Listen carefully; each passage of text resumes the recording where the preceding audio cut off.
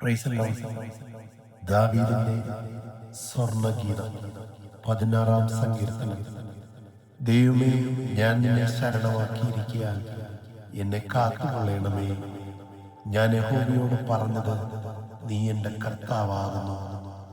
നീ ഒഴികെ എനിക്കൊരു നന്മയുമില്ല. ഭൂമിയിലെ വിശുദ്ധന്മാരോ, അവർ എനിക്ക് പ്രസാദമുള്ള ശ്രേഷ്ഠന്മാർ തന്നെ. അന്യദേവനെ കൈക്കൊള്ളുന്നവരുടെ വേദനകൾ വർദ്ധിക്കും. അവരുടെ രക്തപാനീയ ബലികളെ ഞാൻ അർപ്പിക്കുകയില്ല. അവരുടെ നാമങ്ങളെ എൻ്റെ നാവിന്മേൽ എടുക്കുകയുമില്ല. എൻ്റെ അവകാശത്തിൻ്റെയും പാനപാത്രത്തിൻ്റെയും പങ്ക് യഹോവ ആകുന്നു. നീ എനിക്കുള്ള ഓഹരിയെ പരിപാലിക്കുന്നു. അളവുകളും എനിക്ക് മനോഹര ദേശത്ത് വീണിരിക്കുന്നു. അതെ, എനിക്ക് നല്ലൊരു അവകാശം ലഭിച്ചിരിക്കുന്നു. എനിക്ക് ബുദ്ധി ഉപദേശിച്ചു തന്ന യഹോവയെ ഞാൻ വാഴ്ത്തും.